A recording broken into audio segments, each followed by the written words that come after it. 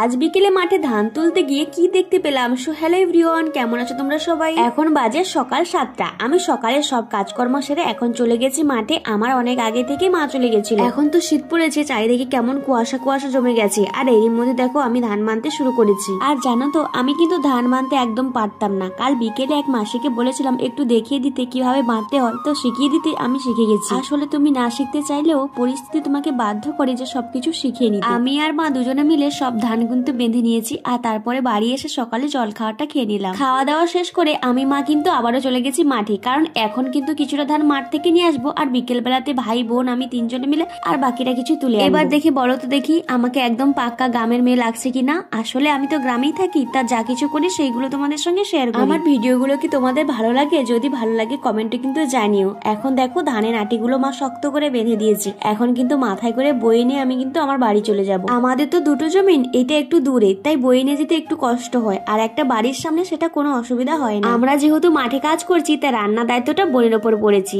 আজ দুপুরে দেখো বাঁধাকপি তরকারি হবে, ডিমের ঝোল হবে, আর তার সঙ্গে ফার্সে মাছের ভাজা। উফ, এটা খেতে যে আমার কি ভালো লাগে। বোনকে বললাম তুই তাড়াতাড়ি রান্নাটা কর, আমি তাড়াতাড়ি করে স্নানটা সেরে আসি। আর স্নান সেরে এসে আমরা খাওয়া দাওয়া করে বিকেলে চলে গেছিলাম আবারও মাঠে। বিকেলবেলা মাঠে গিয়ে ভাই ইন্দুরের গর্তগুলো খুঁড়ছিল, কারণ ও দেখেছে যে এখানে অনেক ধান আছে, কিন্তু তার ভেতর দিয়ে যে এতগুলো ছানা বেরোবে কেউ সত্যি ভাবিনি। আর বাচ্চাগুলো দেখো কত কিউট কিউট, আর তার সঙ্গে দেখো কতগুলো ধান পেয়েছে। এগুলো কিন্তু সব গর্ত থেকে বের করেছে ভাই।